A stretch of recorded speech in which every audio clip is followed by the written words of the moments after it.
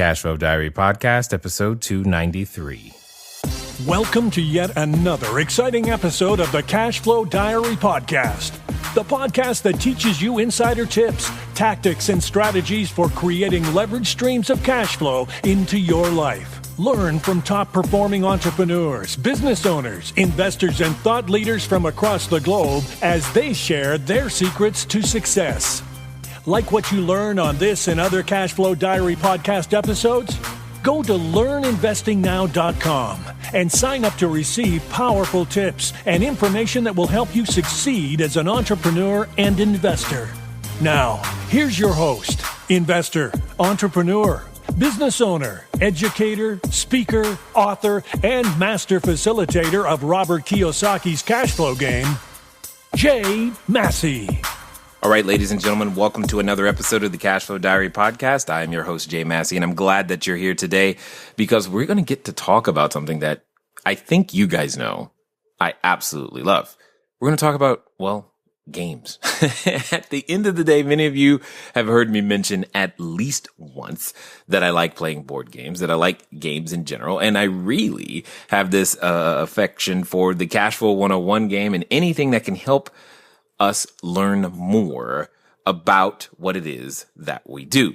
Well, today's guest does that also through games, and you may have already played it. It's in the App Store. It's in the Android marketplaces for you to go out there and begin to sample. And we're going to talk all about Landlord Real Estate Tycoon because we have the co-founder with us today, and I'm pretty excited about it. I mean, like, there's so much that goes into making a game, and I can't wait to break it down, to understand it, but most importantly, for you guys to play it and to understand how doing these things can help you take these lessons into the real world. So I have with me none other than Zbigniew Woznowski. He's the co-founder and CEO of Reality Games and creator of the app Landlord Real Estate Tycoon. It also says Rich Capitalist and Millionaire Money Game.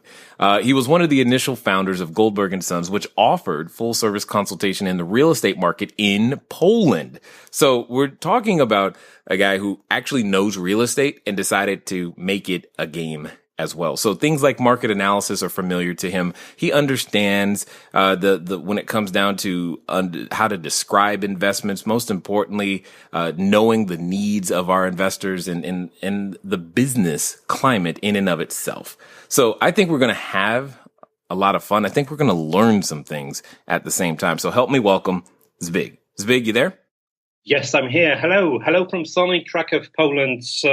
It's my pleasure to introduce Landlord Real Estate Tycoon and tell you a little bit more about why I have decided to move from real estate, traditional business, to the gaming business. Yes, I love it. I mean, I love transition. I love the entrepreneur's ability to pivot. So I've got to start, though, by asking you the same question that I tend to ask everybody. All right. So I tend to look at today's entrepreneurs, and of course, you're one of them, a lot like yesterday's superheroes. And, Batman, Robin, what have you, superheroes, the Hulk. The interesting thing about superheroes and entrepreneurs is that I believe we have a lot in common. Occasionally, we get dressed up. We use our skills to help other people solve their problems in various different forms. But also, like superheroes, we have a beginning. We have a start. There was a time before we were, quote unquote, super. We were just regular people in some way, shape, or form.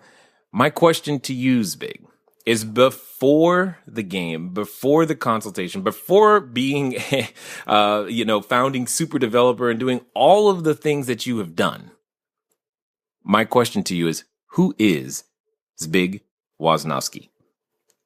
Well, probably I would say he was the law student and who was thinking about his career to be at the court. And I see. Really boring stuff. I mean, not to mention. But I had an opportunity to don't pass all of the exams, and I was actually. Then I made an idea that I really would like to build a business and it was the Wild West in Poland in earlier. It was beginning of 2000, just after the bubble. And I decided that I'm going to open an advertising agency. Why? Because I don't know anything about it. So,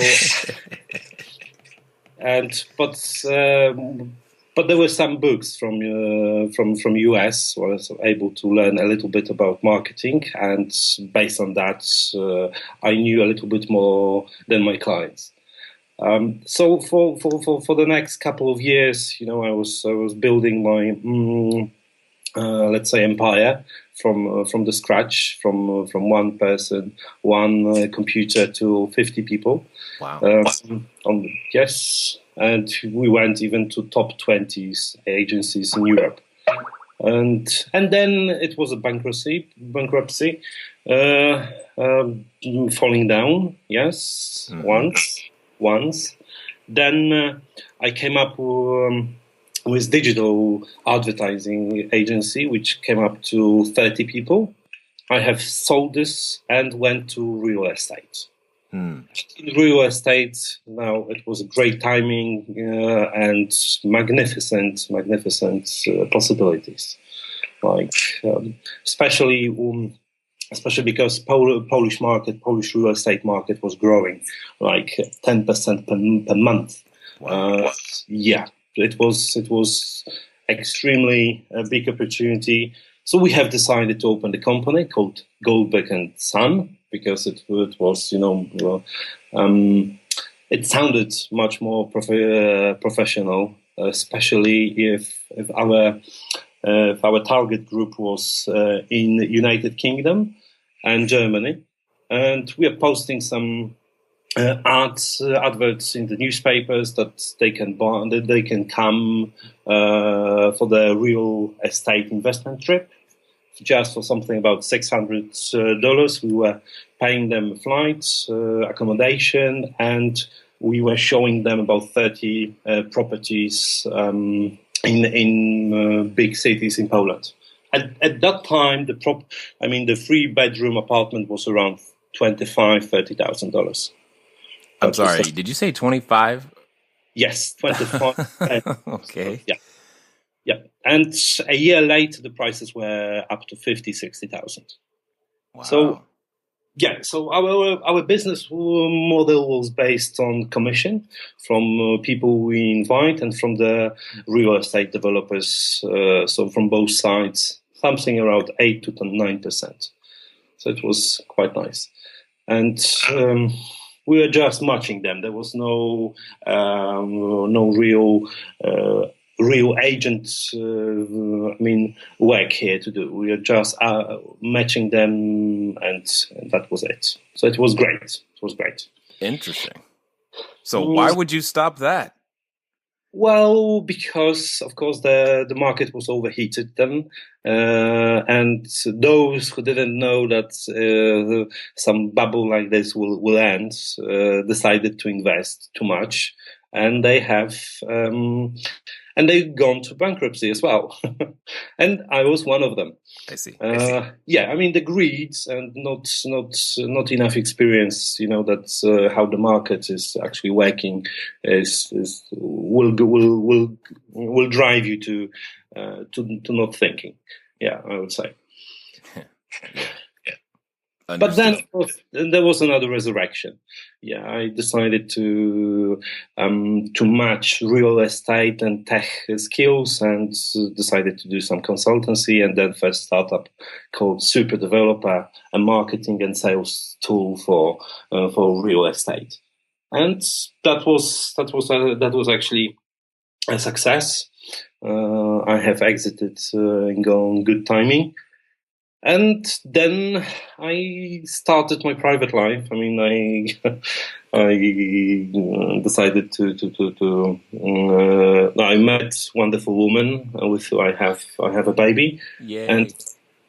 And I come back to the business with an idea that let's try to match all the experience I had into one, which is now gaming. It's gaming. It's exactly reality games. Interesting. Got it. Excellent. And yes, kids will often make you want to go back to work and do something. They they have that effect on the finances as well. They have that effect. It's like, oh, look, I have a kid. I need to do something more. So that's pretty amazing. Now, you started with advertising. You didn't know much about advertising. Did you already know something about gaming before we started that? No. Okay, I'm sensing a pattern. I like it. Player. I was the player, and this is how actually I went to the gaming. Because I have seen the original landlord prototype in late 2014. It was made by an English guy. He was an accountant. And I call it a prototype because the game was not stable, had a lot of technical issues to resolve, and had something about 6,000 players worldwide. But I already knew that there is a great concept, but just poorly executed. So I have decided to fly to London. I met James, the original co-founder, and I bought from him entire concept, all copyrights. And then there's just a typical startup story. I built a team. We have entered Oxygen Accelerator at Google Campus London, and after acceleration, we have launched the new version of Landlord. And from the beginning, we had a traction, but very tiny one. Right. So something like 100 downloads per day. But also we had something like $120 in revenue on daily. So it was a sign that that the concept is working, that people would like to pay for that, and then that the patient is alive. So to do something more to put it to the bigger scale. So we have decided to launch Landlord on Android, and we made about 50 language localizations. That was a lot of work to do. But since then, we are growing at 10% per week.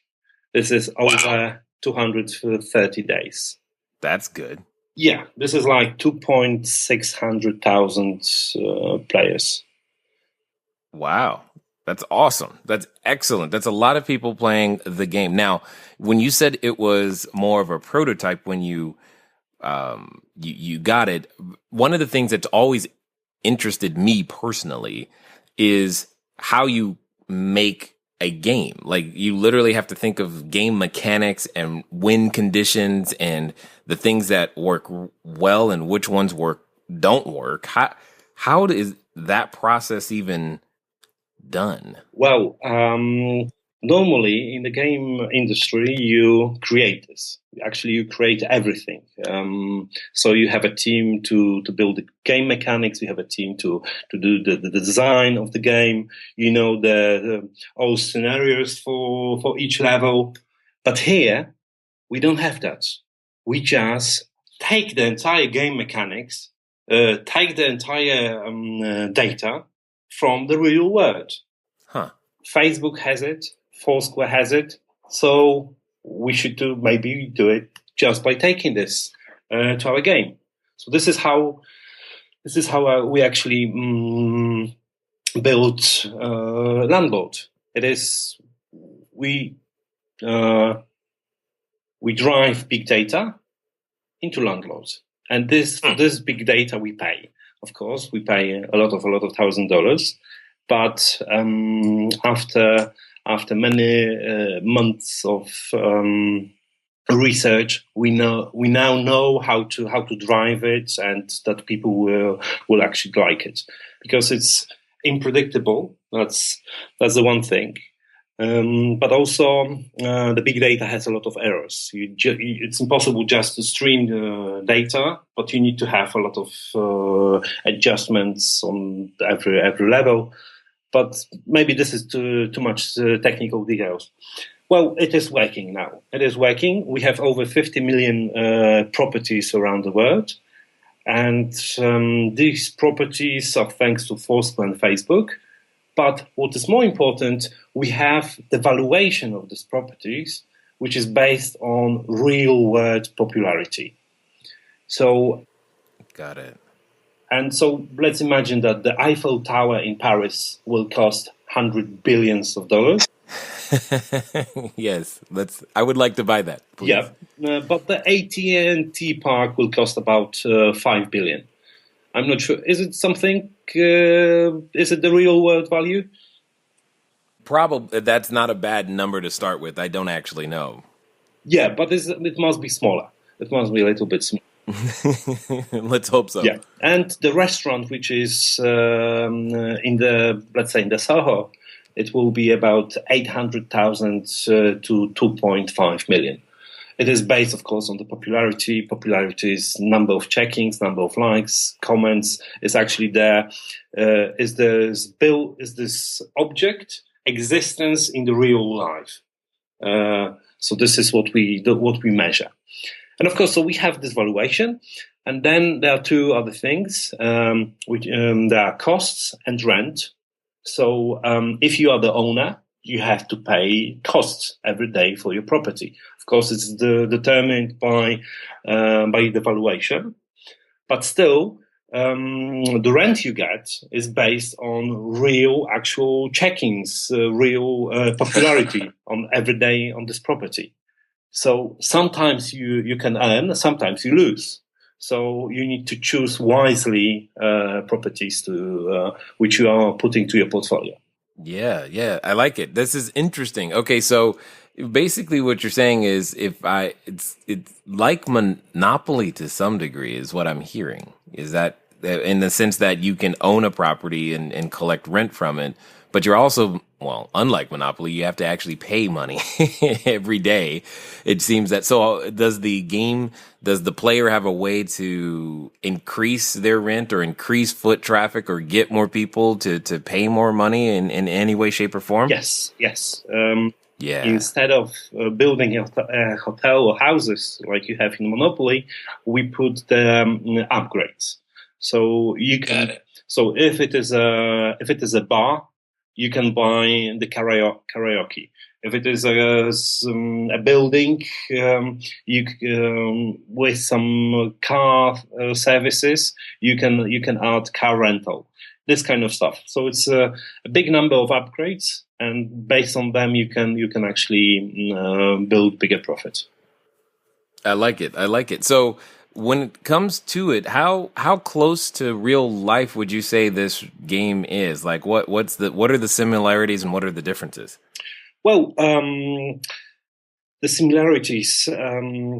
First of all, you can learn about the buildings you cross by looking at them into the app. When you see that you are crossing, you can see the names of this building, so you can actually learn something. Then, if you ask me how would it be educative for the real estate investors? I would say yes and no.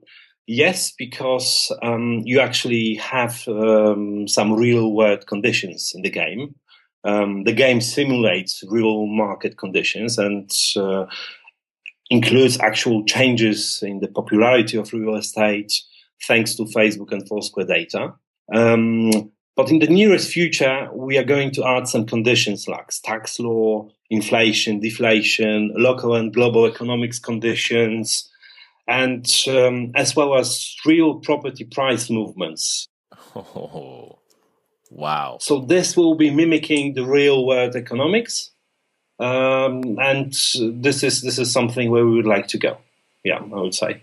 So I like the idea of putting inflation into the equation. That sounds like, oh man, that's going to be awesome. That sounds like a lot of work, though. Oh yes, it's like how on earth are you going to do that? Okay, now you guys know my love for games, and yes, this is another game, and yes, should you play it? Absolutely, it's free. We're going to get some details over to you, so how you can go out there and make that happen. Feel free to look me up in the game, and let's keep playing. Build that net worth. I know it won't take long for you to do it. You'll figure it out. It's fun to play. Plus, it'll give you some insights and some more concepts. But here's some more insights and concepts for you. Grab a copy of my book, Cashflow Diary, 10 Steps to Creating Wealth in Any Economy. Go to cashflowdiary.com/free book, cashflowdiary.com/free book. and I'll send you a copy. But for now, let's get back to the game. Well, it is possible. It is possible because currently all it is big data. You just need to know from which place stream to from which big data connect with which big data actually, and that you need to understand what the result will be from it. It's all about. I mean, the world is open now for data.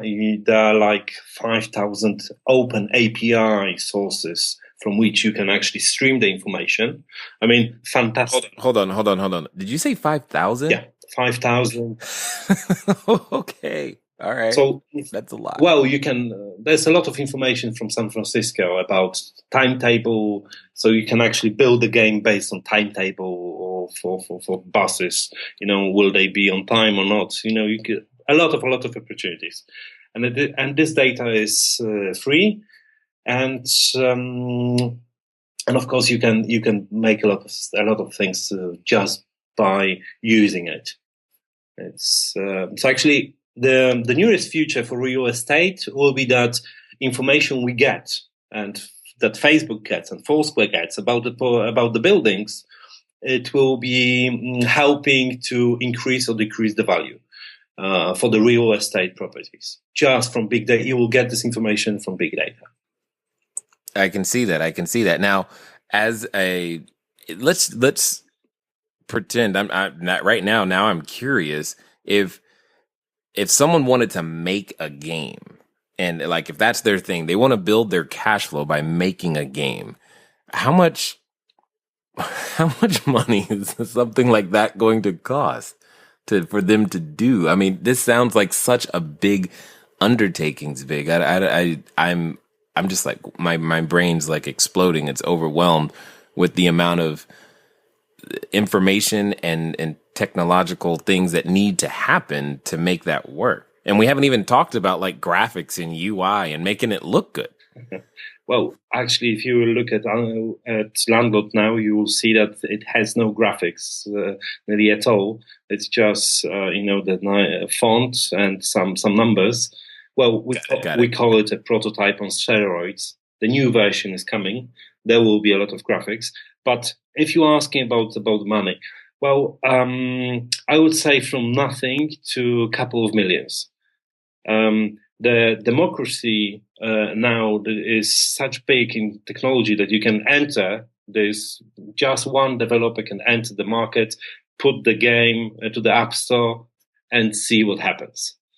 Well, on one way, yes, it can be successful, but there is a huge number of competitors, and you actually need to know what you do to actually make it fly.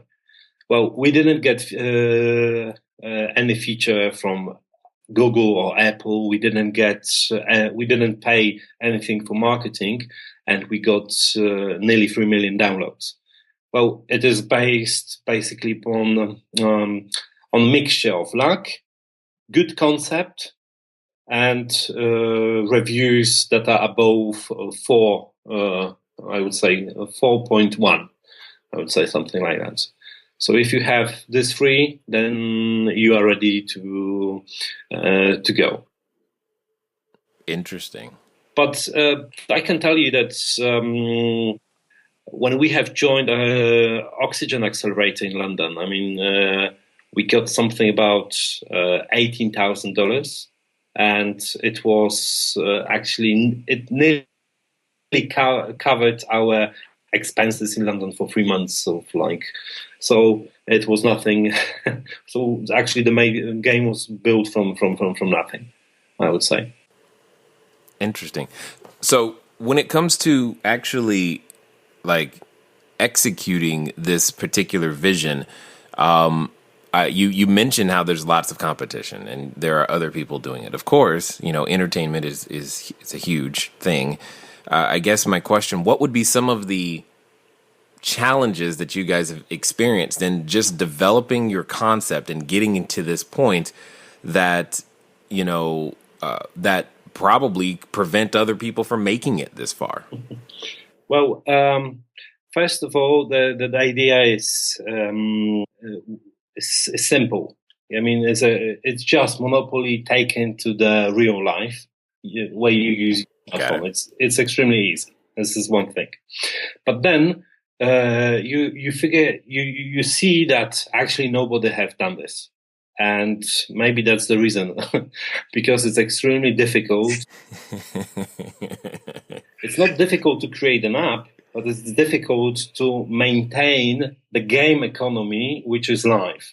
And when I'm saying live, it means if you are streaming the data to the app, then there's something like 0.1% of this data has some errors. And this 0.1%, when you have currently we have like 300 million transactions per day, this is still a big number. And so try to imagine that some of these transactions made by players will be suddenly one player who started the game will have and he has like $50,000. He will be able to invest this 50,000 to 100 billion just by a mistake, and he will buy some properties who belongs to other small guys, and he will pay them a lot, and so the economy is killed in like 2 days because there's too much money in the game, and so you have actually the inflation. This is the problem. And so this is the first thing that, except just the technical issues, you need to have the economy as a background and understand what happens when you put too much money into the game. And you need to, of course, balance how much players spend, how much, and how they accelerate. And because they need to accelerate, and they need to see that. And of course, you cannot say that that this property will give them income. You don't know that. You don't know that there is an event in that place. So suddenly they buy property worth 1 million, and they get like 2,000 check-ins per day because there is a special event that day. So they double that in just 1 day. So trying to understand the entire concept from the game economy, which is real, not artificial. This is actually the biggest, I think, the issue. But this is just the concept with the real estate. We are plenty more. I believe it shouldn't be a problem to start in gaming business just by using different data. Right, and I get that. I guess the thing is, what I like about what you just said, and I don't know if everybody picked up on it, was you in effect can demonstrate in a game environment and make it simpler to understand. Here's what happens when there's too much money in an economy. And I think you said the game economy is dead within 2 days. And I'm like, I don't know if enough people heard what you just said and understand just how important it is what you just said, because that's very similar to what many of us are experiencing. That's very similar to what many of us are experiencing. Does that make sense? Yeah, absolutely. I mean, if you are making these decisions with your money and you don't know what's going on actually in the global economy. And if you are not looking at the global economy at all, then you can found yourself as some people at 2000 and 2008, when there was Lehman Brothers, when there was a bubble. I mean, you need to understand the entire environment. Now, was that your goal when you made the game, is to help people understand that environment, or were you just trying to make a game and you thought it was, hey, cool, because it was related to real estate? Well, first of all, I love the concept, but secondly, I knew that there will be some additional value, and this additional value is, of course, the education issue. But of course, this is the startup. We have the investors, and we have to generate revenue. And we have to grow. So basically, it is of course the business issue is the first one. Yes, yes, no, totally understood. I get all that. I commend you for doing something that I think is, I mean, it's a massive undertaking to try to simulate anything that's real, let alone real estate with so much data and so many things and so many implications for any one player's decision is absolutely massive. So, as we wind down here, I have a question for you. Actually, before we go that far, I know some people they've listened, they hear my intrigue. They want to find out more about how to get access to the game, where they can find it, et cetera, et cetera. So how can they actually get access to the game to begin to test it out? Okay. So the game is made for iOS devices and for Android, and it is available on the Android market. So you can easily just write Landlord Real Estate Tycoon on any of the app stores, and it should be there, ready for download. And of course, I could give a special treat for any of you, the listeners, and I could give you a special offer of $1 million if you just yes. add the special the special password. It will be let's. What do you think? What shall it be? The password should be Cashflow. Cashflow. Okay, so it's going to be anyone who will send to feedback at landlordgame.com in the subject Cashflow will receive $1 million virtual cash. I like it. I like it. So now they can say, I see I can give them $1 million. This is great. You're awesome. This is awesome. So excellent. Excellent. Now, let me ask you this question, because we get all types of entrepreneurs looking at all types of different things. Obviously, real estate is huge. Apps are huge. We've had many different types. But yet many of us have a very, very similar paths and challenges. And this is what I want to know. There's somebody listening right now, Zbig, who's dealing with, the fact that they want to begin something. They have an idea. You acted on your idea. You did something about it, and you've done something about it many times. You've had ups, you've had downs, and you still keep going. However, in the back of this person's head is that voice that comes up that often says things like, are you sure? You can't do it. Who are you to even think about trying? And are you must be crazy. So my final question to you is, if someone was having that voice in their head, what would you say to them? Well, you have to know yourself very well, and you have to trust your instincts, and don't listen to anybody. That's for sure. To listen to yourself, and of course, try to every day when you have some idea, try to make it real by working on it, by testing this idea, by going forward with checking is your idea really has a market fit. And do only one thing by the time. Don't try to make several businesses at the same time. This is the advice I could say. I had 13 companies, and at once I had 7 of them working at the same time, and I was thinking that I have built empire. But no, just doing one thing properly, and having a life balance, work and time for family and friends. This is important. Life balance. Now, I just want to make sure I heard that right, so that everybody else hears it too. Did you say you had 13 at one time? Yes. Got it. Yeah, they were very tiny ones. And they were like special companies for projects. But making 7 projects on 7 companies, over 100 people, and in in real estate, advertising, tech, and all of them went down. Yeah. Wow. Did you sleep during that time? Well, I did. I was very I was thinking about myself that this must. I didn't actually understand why they were down. Actually, it took me a little bit of time.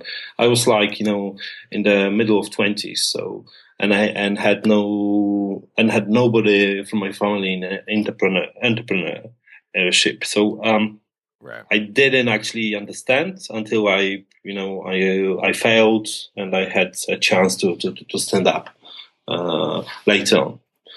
But a mixture of hard work and luck and not listening anybody except your heart. What is right? Excellent. Totally understood. And it does take a little bit extra sometimes to make these things work. I just want to say, I definitely appreciate you taking the time to make the game, because I like games, and I love the extra $1 million, because I'm definitely going to do that, because I just like the idea of having $1 million, even if it's only virtual money. But at the same time, I appreciate you sharing your wisdom, your insights, and going through what you've gone through to become the entrepreneur that you are, the ups, the downs, and nonetheless, and for being here with us today at the Cashflow Diary. Thank you. It was a pleasure. I hope you will have some fun with Landlord, and hopefully I will be able to answer any of your concerns. If you have, please write to me directly at zbig@wearerealitygames.com. Excellent. Thank you, sir. All right, ladies and gentlemen, you know what time it is. It's time for you to move at the speed of instruction. What does that mean? That means go play a game right now. Go download it. Have some fun. Let's talk about it in the Facebook group, guys, because I know you know that I like playing games. Let's talk about it. Let's have some fun. Let's go see if we can simulate some inflation, because that sounds like some fun too. Nonetheless, it's been fun talking to you guys today. I look forward to talking to you soon. Until next time.